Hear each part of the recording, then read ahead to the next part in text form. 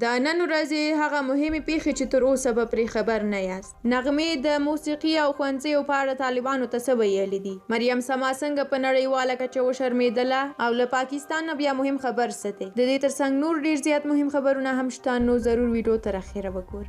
لومړی خبر دا چې سندرغاړې نغمه وایي چې که ووایاست چې موسیقي حرامه ده موږ یې درسره منو. هر څه چې وایاست منو یې، خو د نجونو ښوونځي مه بندوئ. مریم سما.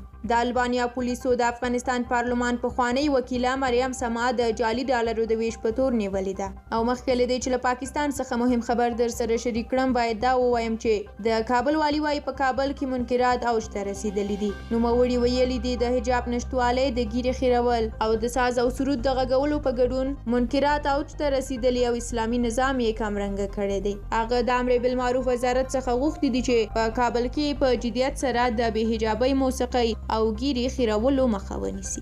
او اوس دا مهم خبر چې د پاکستان پوځي چارواکو ویلي دي د شمالي وزیرستان د تخیلو په حسن خیل سیمه کې وسلوالو طالبانو پر پاکستانی پولیسو برید کړی دی. د سرچینې په وینا دغه برید کې 4 پاکستانی پولیس وژل شوي دي. پاکستانی طالبانو یا هم TTP د دغه برید مسؤلیت په غاړه اخیستی دی. د نجونو د ښوونځیو په اړه هم دا خبر چې د امریکا، کاناډا، بریټانیا، فرانسې، ایټالیا او ناروې حکومتونو او د اروپایي ټولنې عالي استازي په یوې ګډې اعلامیې کې د نجونو د ښوونځیو د تړل کېدو په اړه د اسلامي امارت د حکومت پریکړه غندلې ده. دوی دغه راز له اسلامي امارت غوښتي دي چې خپله پریکړه دې ژر بیرته واخلي.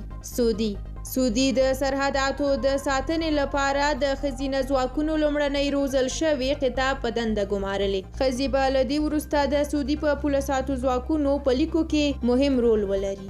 او په پای کې هم دا خبر چې د بېنظیرې زوی بلال بوټو وایي عمران خان په تېښته دی، خو موږ به یې تېښتې ته پرې نه ږدو. ډیره مننه چې ویډیو مو تر پایه ولیده. د لا تازه خبرونو لپاره سوله افغان یوټیوب چینل در سره سبسکرایب کړئ. تر بلې ویډیو ښه وخت ولرئ. د خدای پامان.